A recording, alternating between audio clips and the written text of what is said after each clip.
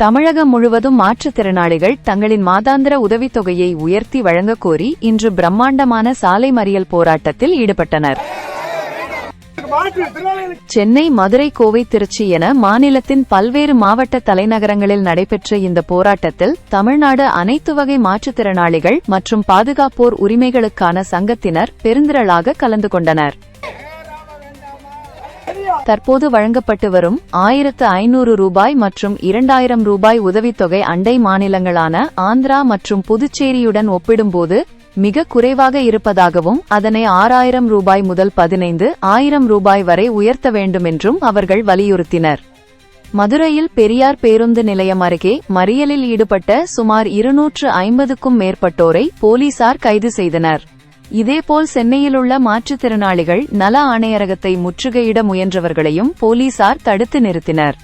விலைவாசி உயர்வால் தங்களின் வாழ்வாதாரம் பாதிக்கப்பட்டுள்ளதாகவும் அரசு உடனடியாக உதவித்தொகையை உயர்த்தாவிட்டால் போராட்டத்தை தீவிரப்படுத்தப் போவதாகவும் அவர்கள் எச்சரித்துள்ளனர்.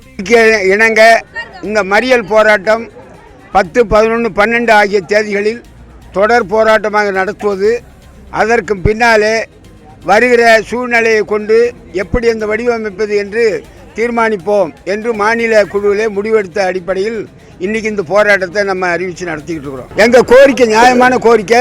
அரசாங்கம் முன் வந்து இந்த பேச்சுவார்த்தை நடத்தி எங்களுடைய கோரிக்கையை தீர்க்கணும். காவல்துறையை பொறுத்தளவு எங்களை இதை ஒரு இந்த போராட்டம் செதறடிக்கலாம் என்ற யோசனையோடு பண்ணுதோங்கிற எங்களுக்கு ஐயப்பாடு இருக்கு. அடையாள சான்று வழங்கும் போது ரத்து செய்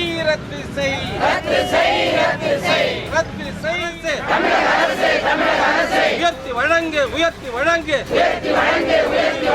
மாற்றுத்திறனாளிகளின்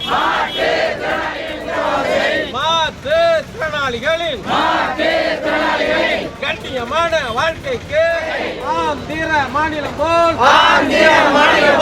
உயர்த்தி வழங்கு